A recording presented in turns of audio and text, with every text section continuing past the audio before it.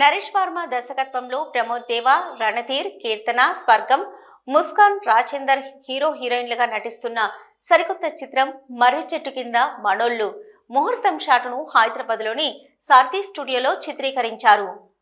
Shri Narasimha Chitralaya banner పై రూపొందుతున్న ఈ సినిమాలో లిరీషా, బేబీ ఫేమ్ ప్రభ, బాబు మోహన్, అన్నపూర్ణమ్మ, కుంతి శ్రీనివాస్, నాగమహేష్, అప్పాజీ, రఘుబాబు, సునీత మనోహర్, అశోక్ కుమార్, ఘర్షణ శ్రీనివాస్, దువాసి మోహన్, రమేష్ చిన్న, సమ్మేట గాంధీ, పృథ్వీలతో పాటు రామగుండం పారిశ్రామిక ప్రాంతానికి చెందిన కళాకారులు నటిస్తున్నట్లు దర్శకుడు నరేష్ వర్మ తెలిపారు.